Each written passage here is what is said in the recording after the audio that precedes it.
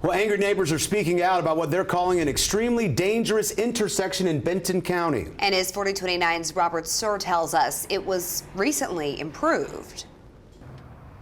Guys, good evening to you. We're here at the intersection of Highway 112 and West Pleasant Grove Road on the very outskirts of Rogers. Now, this is an intersection that was recently redone by RDOT, but residents I talked to told me that this intersection is growing more dangerous every day. It's a huge safety concern, and it really increases the risks of my family, my loved ones, and my friends to get in a car accident. An $11 million project by the City of Rogers and RDOT to extend West Pleasant Grove Road to Highway 112 was completed earlier this year. But as the barrels came down, the speed on Highway 112 picked up again, with around 10,000 vehicles a day zipping along at 55 miles an hour. But drivers tell me with no signalization or stop signs, those trying to cross Highway 112 or turn off the highway onto Pleasant Grove Road are forced into a dangerous decision. Drivers like Aaron Hartley, who himself nearly got into an accident Friday morning, and tells me something must be done. Really ideal situation is to put some kind of traffic signals. I think that will help, definitely with the speed limit of 112.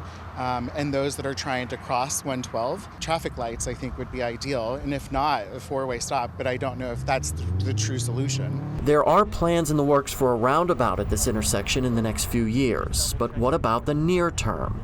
I took those concerns to Rogers engineer Lance Job and asked about a portable signal there. The portable traffic signals that mount on carts and things like that that you set out there, RDOT's told us in the past that we can't use those within their right-of-way, so that's not really an option.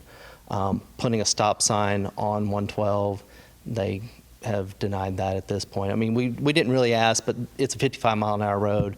That's just not something they typically would allow there. We did ask for, a speed reduction at one point, I believe, and they denied that at that time. So those sort of things have been looked at this point. Rogers police tell me they do have an officer there in the morning and evenings because of a nearby school, and they've already responded to one accident there since August. But Hartley fears it's only a matter of time until something tragic happens. You have big vehicles or towing vehicles that are traveling on this intersection, and it will be very devastating if it's a single individual driving or a family that's trying to cross. We've spoken with RDOT, and they're aware as well. So, and it seems like they want something done about it also. So I'm hopeful that it will move quickly. And guys, Rogers City officials do tell me that they are in constant talks with RDOT about trying to get a temporary traffic light put in at this intersection until the roundabout goes in. But until then, they just say, please use caution when you're driving through this area. In Rogers, Robert Suhr, 4029 News.